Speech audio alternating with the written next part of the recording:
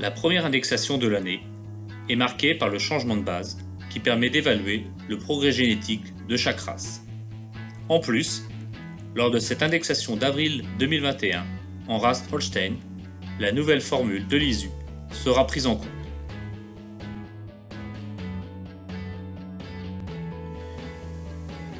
Une meilleure rémunération à l'éleveur, l'impact environnemental et une réponse aux demandes des consommateurs sont les différents défis actuels et futurs des exploitations laitières en France. Pour atteindre ces objectifs, l'ISU 2021 propose aux éleveurs de créer une vache laitière productive afin de maintenir un potentiel de production élevé, mais aussi de produire un lait plus riche en protéines et matières grasses. Une vache laitière fonctionnelle afin de faciliter la vie de l'éleveur au quotidien, et une vache laitière durable pour augmenter la longévité et limiter les interventions sanitaires.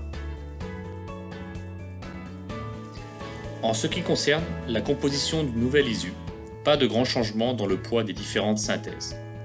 Le seul changement est le passage de 3% de la santé mamelle au profit de la synthèse en reproduction, afin d'augmenter le progrès génétique sur ce poste. Des simulations ont montré que réduire le poids de la santé mamelle de 3% n'avait pas d'impact significatif sur le progrès génétique sur ce caractère. Cependant, plus 3% en reproduction augmenterait considérablement le progrès sur la fertilité des génisses en particulier. La production conserve un poids de 35% de la nouvelle formule de l'ISU. Seule une augmentation de 4 à 10% sur l'index matière grasse permettra d'accentuer notamment un progrès génétique sur le gras. Sur les index fonctionnels, la synthèse reproduction augmente de 3% pour atteindre 25% dans la nouvelle formule de l'ISU.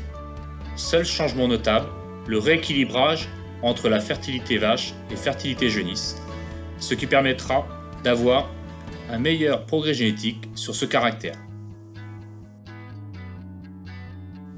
Concernant la santé mamelle, la formule ne change pas. L'excellent travail sur ce poste depuis une dizaine d'années est à maintenir.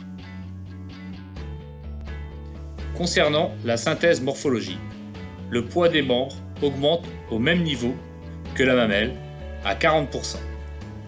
La capacité corporelle est remplacée par deux caractères, d'une part la largeur des ischions pour 10% et d'autre part la hauteur au sacrum, afin de pénaliser les animaux trop grands.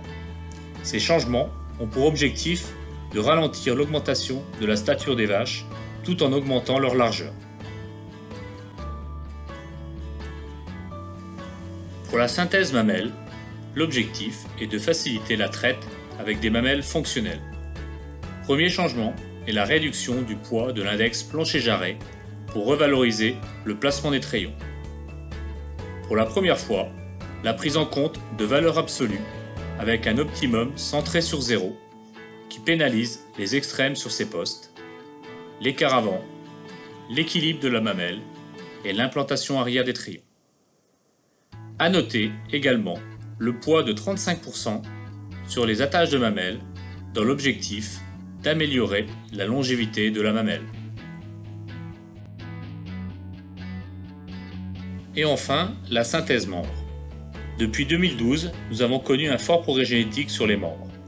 Cependant, il ne faut pas ralentir les efforts de sélection sur ce caractère. Le principal changement concerne l'intégration de l'angle du jarret en valeur absolue avec un optimum centré sur 0 afin d'éviter les jarrets trop droits ou trop coudés.